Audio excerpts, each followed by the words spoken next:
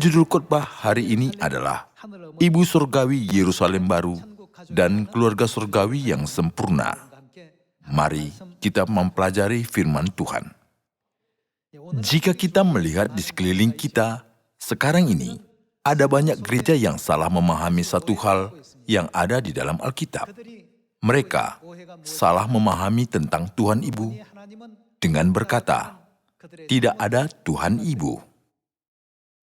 Alkitab dengan jelas mengajari kita bahwa bukan hanya ada Tuhan Bapa, tetapi ada juga Tuhan Ibu. Memang kita harus mempunyai iman terhadap Tuhan Bapa, tetapi Alkitab dengan jelas mengajarkan kepada kita juga bahwa kita harus mempunyai iman yang benar terhadap Tuhan Ibu. Kalau kita menganggap rendah hal-hal ini, kita akan gagal dan tertinggal di belakang menuju jalan ke kerajaan surga dan tidak memiliki sukacita iman, hanya datang untuk berkumpul di gereja. Kemudian, sekalipun kita datang untuk berkumpul, namun bukan untuk memuliakan Tuhan ataupun untuk mencari jalan kebenaran. Jadi, hari ini, kita perlu belajar kebenaran tentang Tuhan Ibu yang diajarkan Tuhan Bapa kepada kita. Apa yang akan terjadi jika kita tidak menemukan Tuhan Ibu? Apakah kesempurnaan keselamatan kita tergantung pada Tuhan Ibu? Mari kita pikirkan hal-hal ini. Menurut firman 66 Kitab Suci, kita adalah anggota keluarga surgawi, bukan? Untuk keluarga surgawi disempurnakan, siapakah yang harus ada sebagai anggota keluarga? Harus ada Bapa, anak-anaknya, dan ibu. Dengan demikian, kita bisa berkata keluarga itu sempurna. Sekarang, ada banyak gereja memanggil Tuhan sebagai Bapa.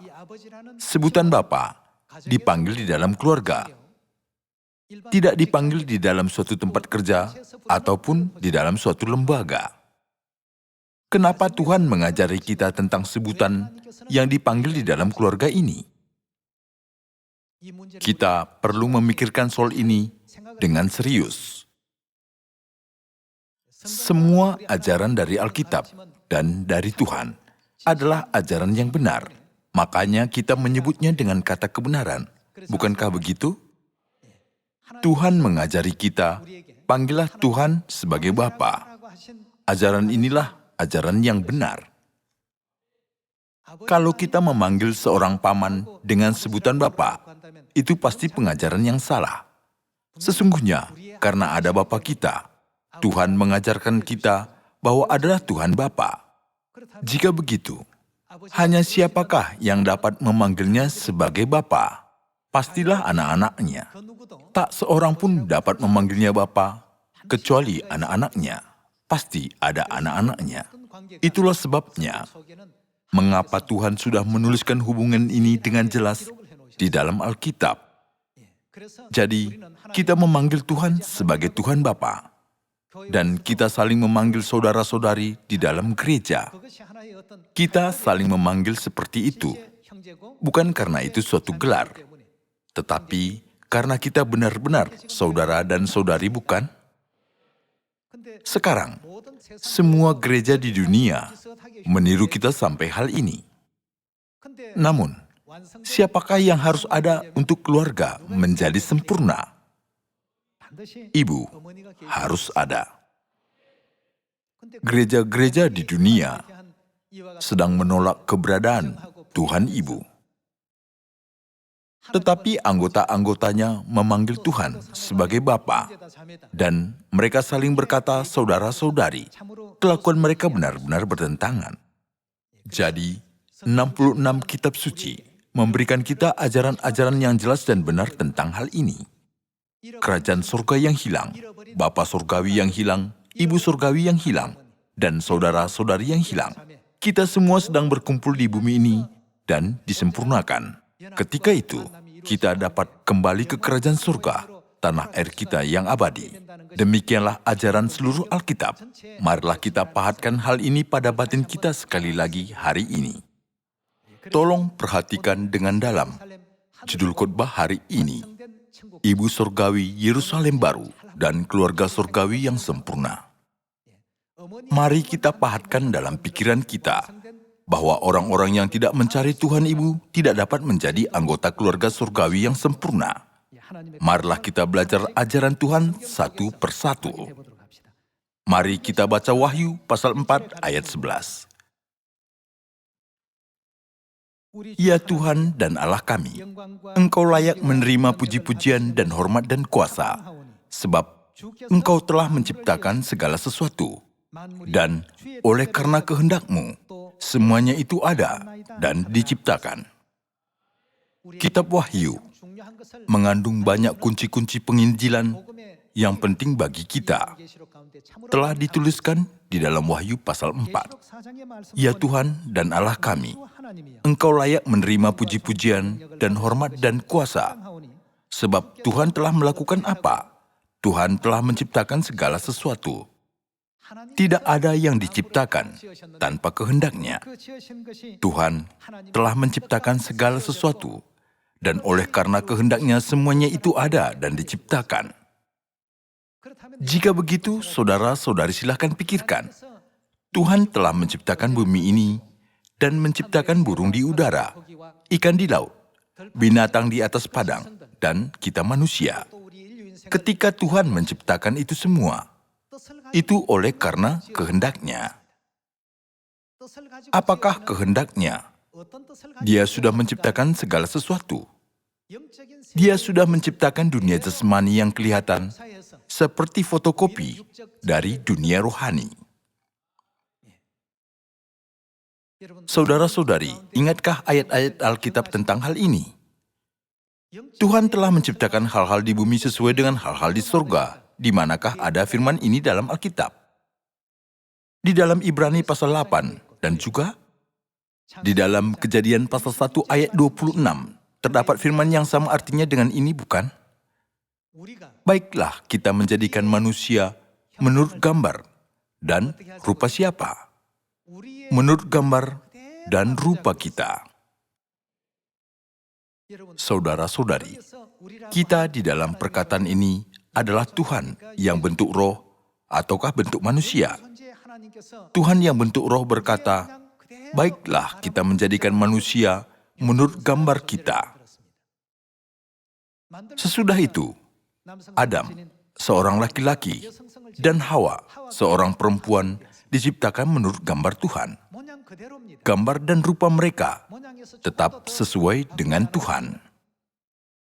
Adam, seorang laki-laki, diciptakan menurut gambar siapa? Dia sudah diciptakan menurut gambar Tuhan Bapa, yang adalah gambaran laki-laki. Bagaimana dengan Hawa? Dia sudah diciptakan menurut gambar Tuhan Ibu, yang merupakan gambaran perempuan. Jadi Tuhan telah berkata, baiklah kita menjadikan manusia. Hal ini dengan jelas bersaksi bahwa ada Tuhan laki-laki dan juga ada Tuhan perempuan, bukan? Alkitab menjelaskan fakta ini dengan sangat gampang, bukan? Sekarang, manusia memanggil kepada Tuhan yang bergambar laki-laki sebagai Tuhan Bapa, bukan? Jika begitu, siapakah Tuhan yang bergambar perempuan itu bagi kita? Tentu saja dia adalah Tuhan Ibu. Kalau kita tidak menemukan fakta ini dari dalam 66 kitab suci dan tidak mengerti itu, kita tidak bisa berlari kepada Bapa dan Ibu yang memanggil umat manusia dengan berkata, marilah kepadaku. Semua umat manusia harus mendengar suara Bapa dan Ibu. Kita harus mendengarkan suara dari Bapa dan Ibu dan kembali kepada Bapa dan Ibu dengan mengenal suara mereka dengan benar.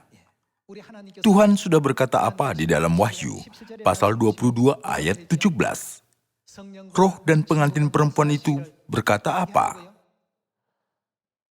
Dengan simpel berkata, marilah. Dalam bahasa Inggrisnya katanya, come. Betapa simpelnya kata ini, come. Bukan karena mereka tidak mengerti suara ini, sehingga mereka tidak datang. Tetapi bagi mereka yang merupakan anak-anak Tuhan, dapat mendengar suara Bapa dan Ibu dan kembali ke pangkuannya, sekalipun mereka mendengar beribu-ribu kali. Tetapi bagi mereka yang bukan, suara Tuhan itu, mereka mendengar seperti apa? Suaranya kedengarannya seperti bunyi guru, dan mereka menganggap itu suara malaikat. Kita harus mendengar suara Bapa dan Ibu dengan benar, dan menyatakan kemuliaan Yerusalem dengan suara yang keras, supaya semua umat manusia kembali ke pangkuan Ibu, bukan? Mari kita baca Matius pasal 6 ayat 8. Jadi, janganlah kamu seperti mereka, karena siapa yang mengetahui apa yang kita perlukan? Di dalam Alkitab, Tuhan disebut sebagai salah satu anggota keluarga sebagai siapa? Telah disebut sebagai Bapa. Karena Bapamu mengetahui apa yang kamu perlukan sebelum kamu minta kepadanya. Ayat 9.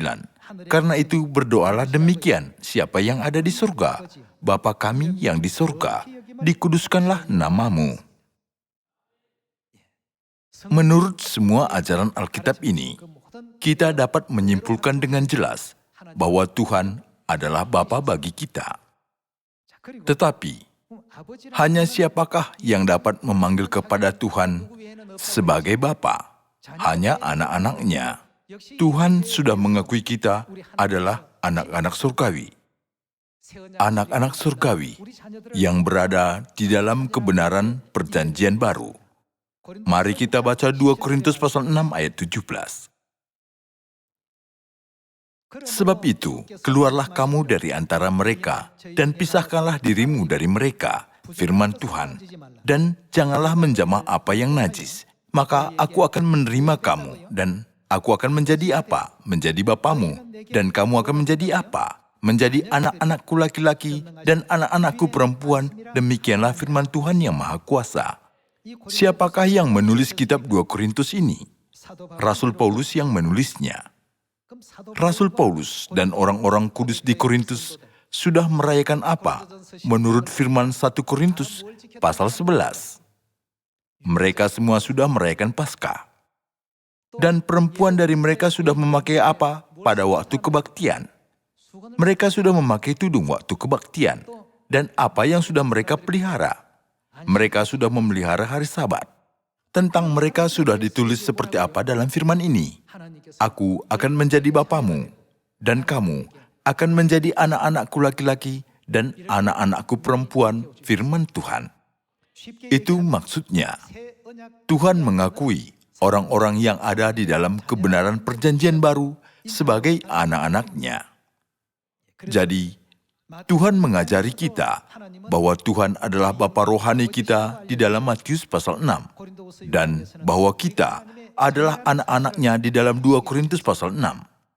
Jika begitu, siapa lagikah yang harus ada untuk menyempurnakan keluarga surgawi? Ibulah yang harus ada. Tetapi apakah gereja-gereja di dunia sekarang percaya kepada keberadaan Tuhan Ibu? Tidak percaya. Kalau begitu, bagaimana dengan ajaran Alkitab tentang ini? Bagaimana firman Tuhan tentang ini? Selama kita hidup, terkadang pikiran dan pendapat banyak orang itu penting. Tetapi kita harus menerima kebenaran mutlak sesuai dengan ajaran Tuhan. Mari kita baca Galatia pasal 4 ayat 26. Tetapi Yerusalem surgawi adalah perempuan yang merdeka, dan ialah siapa? Dan ialah ibu kita. Firman ini tetap ada di dalam Alkitab. Ada Tuhan Bapa dan anak-anaknya, dan juga ada siapa? Ada ibu surgawi bagi kita. Kita keluarga surgawi yang sempurna. Tetapi kita sudah ditipu oleh setan dan berbuat dosa di surga, sehingga diusir ke bumi ini. Bapa surgawi telah datang ke bumi ini dan menumpahkan darahnya di atas salib untuk mengampuni dosa kita. Ibu surgawi telah menyatakan dirinya pada akhir zaman ini untuk memanggil dan memimpin kita ke sungai air kehidupan, untuk membasuh dosa kita dan juga membuat kita hidup kudus dan hidup suci, bukan? Tentang hal ini, kita harus mengingat firman, Tuhan telah menciptakan segala sesuatu oleh karena kehendak-Nya. Di atas semua itu, kita perlu menyadari dan memahami bahwa Tuhan telah memfotokopi hal-hal yang ada di dalam kerajaan surga dan menempatkan itu di atas bumi. Tuhan telah menyatakan rupa rohaninya melalui Adam dan Hawa dengan berkata, "Baiklah kita menjadikan manusia menurut gambar dan rupa kita." Berfirmanlah Tuhan, "Baiklah kita menjadikan manusia menurut gambar kita, laki-laki dan perempuan telah diciptakan." Dan juga ada tertulis, hal-hal di bumi ini adalah gambaran dan bayangan dari apa yang ada di surga. Mari kita pastikan melalui Alkitab. Ibrani pasal 8 ayat 5 kita baca. Pelayanan mereka adalah apa? Gambaran dan bayangan dari apa yang ada di surga. Bukan hanya kemah suci, tetapi juga hal di bumi adalah apa? Itu adalah gambaran dan bayangan dari apa yang ada di surga. Dengan kata lain, bumi ini adalah dunia yang telah diciptakan Tuhan untuk kita dapat melihat dunia yang tak kelihatan. Kita sudah melihat segala hal ini. Jadi, tidakkah Tuhan Ibu harus ada? Dia harus ada. Itu maksudnya, kita bisa jadi keluarga yang sempurna ketika ada Tuhan Bapa dan juga ada Tuhan Ibu. Dengan kata lain, Tuhan sudah menciptakan bumi, dunia 3 dimensi, dengan cerminan dari dunia 4 dan 5 dimensi. Silahkan pikirkan keluarga jasmani. Tidak hanya ada Bapa dan anak-anaknya, bukan? Ada Bapa dan anak-anaknya. Jika begitu, siapakah yang harus ada? Ibu juga harus ada. Ibu berperan memberi hidup kepada anak-anaknya. Tempat di mana tidak ada ibu, tidak ada juga hidup, sukacita dan damai dalam keluarga. Jadi, saya mau kita bersama memastikan ajaran dari Kejadian pasal 1 juga seperti ajaran dari Ibrani pasal 8. Ketika kita memahami bahwa Tuhan menciptakan bumi ini dengan mencerminkan hal-hal dari dunia 4 dan juga dunia 5 dimensi, kita cukup mengerti kenapa Ibu Surgawi sedang bersama dengan kita di bumi ini. Mari kita baca Kejadian pasal 1 ayat 26. Berfirmanlah Allah, baiklah kita menjadikan manusia menurut gambar dan rupa kita. Apakah rupa kita di sini adalah rupa jasmani dalam dunia 3 dimensi? Atau rupa rohani dalam dunia 4 atau 5 dimensi? Itu adalah rupa rohani.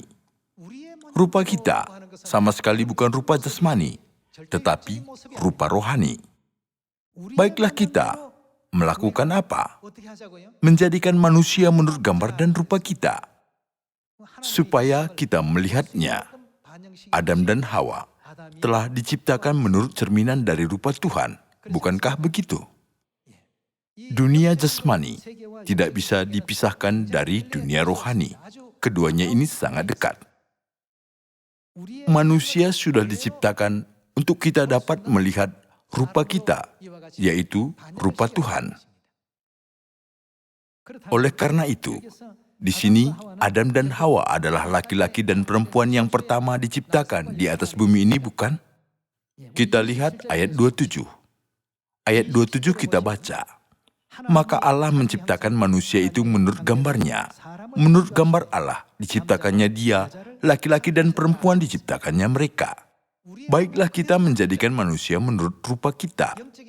Manusia yang telah diciptakan Tuhan dari rupa rohani menjadi rupa jasmani adalah Adam dan Hawa. Jadi, manusia terus memanggil Tuhan yang berupa laki-laki sebagai Tuhan Bapa dalam jangka waktu yang lama. Jika begitu, siapakah Tuhan yang berupa perempuan. Dia adalah Tuhan Ibu kita.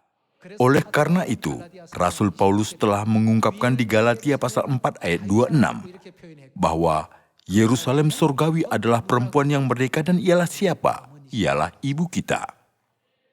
Merdeka berarti tidak terikat, tidak tergantung kepada apapun.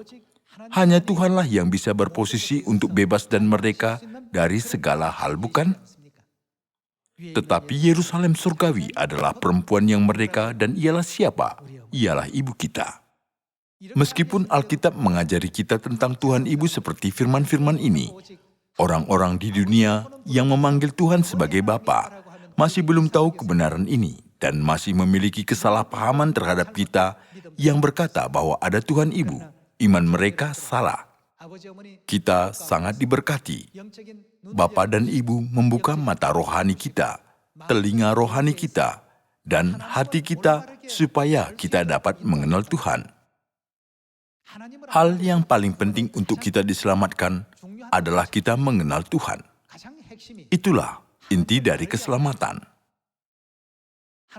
Bukankah kita harus menjalani kehidupan iman dengan mengenal Tuhan dengan benar dan melayani Tuhan sebagai Tuhan Bapa dan Tuhan Ibu kita dengan hormat? Ketika Rasul Yohanes mendapat penglihatan tentang Tuhan Bapa dan Tuhan Ibu, hidup yang kekal diberikan kepada semua manusia yang datang kepada Tuhan Bapa dan Tuhan Ibu. Penglihatannya menunjukkan bahwa keselamatan, air kehidupan pada zaman Roh Kudus akhir zaman, diberikan kepada mereka yang mengenal Tuhan Bapa dan Tuhan Ibu. Mari kita lihat apa yang telah dilihat Rasul Yohanes melalui Wahyu pasal 22 ayat 17. Roh dan pengantin perempuan itu berkata, tertulis bahwa roh dan pengantin perempuan itu berkata, jadi seharusnya ada roh dan pengantin perempuan, bukan? Mereka pasti ada. Kita dapat memahaminya, bukan? Jika begitu, siapakah roh itu? Menurut Tritunggal, dia adalah Tuhan Bapa. Jika begitu, siapakah pengantin perempuan dari Bapa? Dialah Tuhan Ibu. Tuhan Bapa dan Tuhan Ibu sedang berkata. Mereka berkata apa? Mereka sudah berkata kepada Yosua, kelilingilah kota Yeriko sekali sehari selama 6 hari. Pada hari ke-7 kamu harus mengelilingi kota itu 7 kali, dan seluruh bangsa harus berteriak bersama. Sejak Yosua berbuat apa yang difirmankan Tuhan, kota Yeriko runtuh di hadapan orang Israel. Israel mengalahkan Yeriko dan dapat menaklukkan Kanaan yang susu dan madu mengalir. Pekerjaan yang luar biasa dan yang tak pernah terbayangkan terjadi ketika kita melakukan seperti yang difirmankan Tuhan. Di dalam Wahyu pasal 22, apa yang sedang Tuhan katakan kepada semua manusia, firman apa yang Tuhan berikan? Marilah. Kepada siapa? Kepada roh dan pengantin perempuan. Maksudnya, semua manusia harus pergi ke tempat di mana Tuhan Bapa dan Tuhan Ibu berada untuk menerima air kehidupan dan menuju jalan hidup yang kekal. Roh dan pengantin perempuan sedang memanggil semua manusia di seluruh dunia supaya bisa memperoleh keselamatan pada akhirnya. Kita baca Wahyu pasal 22 ayat 17. Roh dan pengantin perempuan itu berkata, marilah. Dan barang siapa yang mendengarnya, hendaklah ia berkata, marilah. Dan barang siapa yang haus, hendaklah ia datang. Dan barang siapa yang mau, hendaklah ia mengambil air kehidupan dengan cuma-cuma. Orang-orang yang datang kepada Tuhan Bapa dan Tuhan Ibu, dari dalam hati mereka akan mengalir aliran air hidup. Kepada merekalah keselamatan dan kerajaan surga diberikan. Demikianlah ajaran-ajaran dari Alkitab. Hanya siapakah yang bisa memberikan kita air kehidupan? Menurut Wahyu pasal 21 ayat 6, hanya siapa yang bisa memberi air kehidupan? Dan menurut Wahyu pasal 7 ayat 17, hanya siapa yang bisa memberi air kehidupan? Telah dikatakan bahwa hanya Tuhan sajalah yang bisa memberikan kita air kehidupan. Saudara-saudari, Ketika Anda membaca suatu buku, kesimpulannya tertulis di bagian mana? Itu tertulis di bagian terakhir dari buku itu. Kita perlu memperhatikan bagian terakhir dari Alkitab. Di dalam bagian akhir dari Alkitab, apa yang tertulis untuk kita lakukan?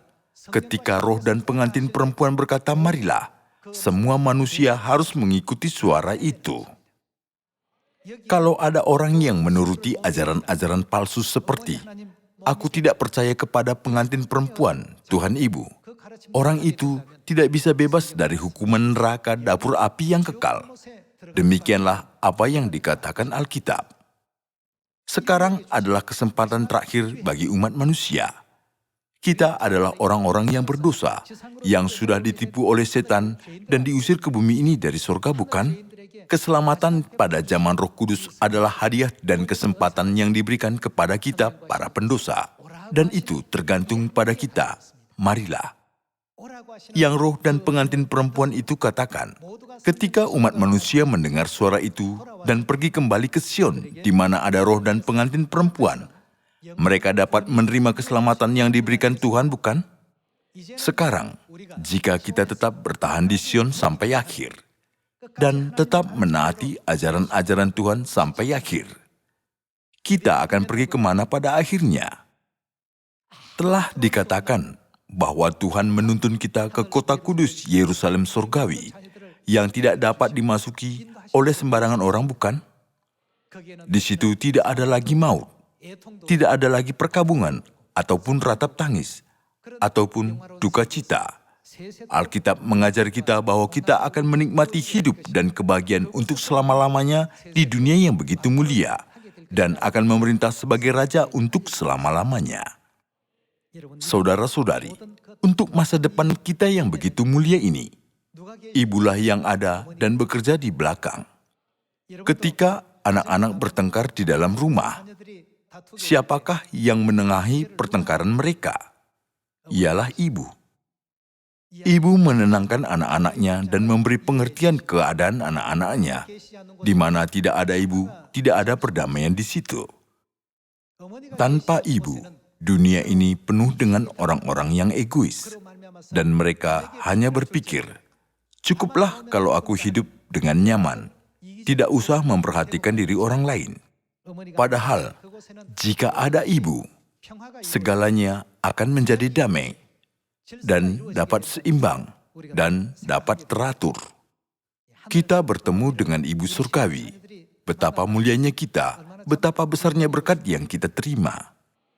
2000 tahun yang lalu, seorang malaikat berkata kepada Rasul Yohanes, "Aku akan menunjukkan pengantin perempuan mempelai anak domba." Lalu ia menunjukkan kepadanya hanya kota Yerusalem di dalam penglihatan.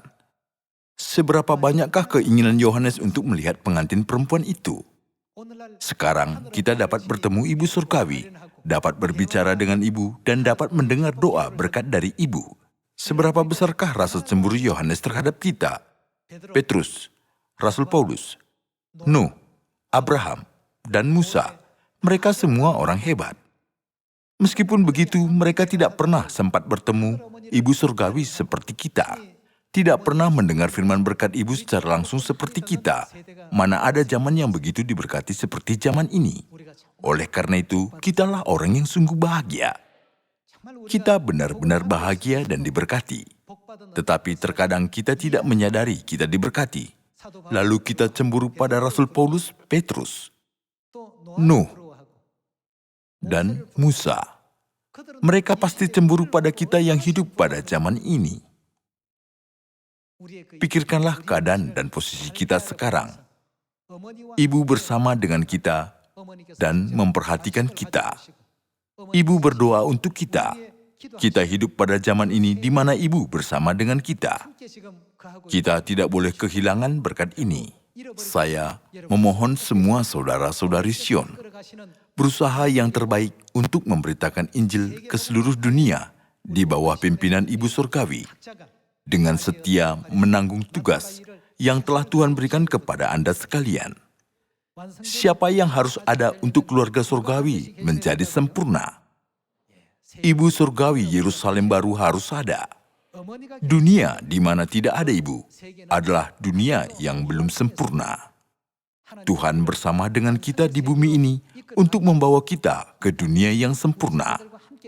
Saya berterima kasih kepada Bapa Surgawi dan Ibu Surgawi yang bersama dengan kita. Dan saya berterima kasih kepada semua anggota keluarga Sion yang bersama dengan saya. Marilah kita tidak akan pernah kehilangan jalan yang penuh berkat ini sampai akhir. Dan tetap bangga akan fakta bahwa kita adalah anak-anak Tuhan kemana saja kita pergi. Beranilah dan tetaplah gagah perkasa di hadapan semua orang. Marilah kita yakin dan bangga, karena kita adalah putra dan putri Bapa Surgawi dan Ibu Surgawi. Betapa mulianya kita dapat berkebaktian di sini pada hari ini sebagai anak-anak Ibu Surgawi, bukan? Sukacita dan kemuliaan ini, waktu yang diberkati ini, silahkan pikirkan, Paulus sedang cemburu pada kita, Musa cemburu kepada kita, Nuh cemburu pada kita, Abraham cemburu pada kita. Kita tidak boleh melupakan kita sungguh diberkati. Saya mohon semua saudara-saudari memanjatkan lebih banyak kemuliaan, ucapan syukur dan pujian kepada Bapa dan Ibu pada hari dan waktu yang diberkati ini. Saya berharap saudara-saudari menerima banyak karunia melalui khotbah ini. Saya menutup khotbah. Terima kasih.